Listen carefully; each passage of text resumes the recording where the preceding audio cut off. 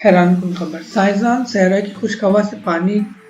کشید کرنے میں کامیاب ہو گئے جو کہ پانی پینے کے قابل ہوگا۔ میساچوسٹس انسٹی ٹیوٹ برائے ٹیکنالوجی MIT میں کی گئی تحقیق کے دوران سائنسدان ایک ایسا آلہ ایجاد کرنے میں کامیاب ہو گئے ہیں جو کہ ریگستان میں صحرائی ہوا میں موجود نمی کو کشید کر کے پانی نکال سکتا ہے۔ اس آلے کا ایریزونا کے ریگستان میں کامیاب تجربہ کیا گیا، تاہم ابھی اس میں کچھ تبدیلی کرنا باقی ہے۔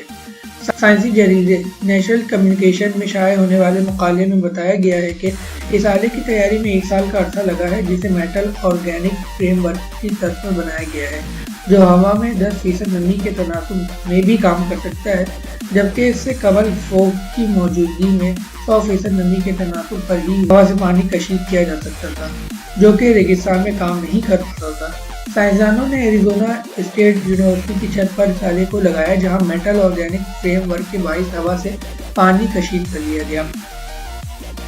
اس آلے کی سب سے خاص بات یہ ہے کہ یہ آلہ سورج کی روشنی کی مدد سے لی گئی توانائی سے چلتا ہے، اور اگر اسے بڑے پیمانے پر تیار کیا گیا تو 1 کلو گرام MOF سے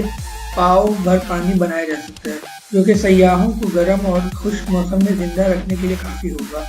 MIT کے تحقیقاتوں نے اس تحقیق کو بڑی کامیابی قرار دیتے ہوئے کہا ہے کہ اس آلے کے ذریعے ریگستان میں سیاحوں اور جانوروں کو بچایا جا سکے گا اور ریگستان کی ہوا سے پانی حاصل کر کے ذخیرہ کیا جا سکے گا۔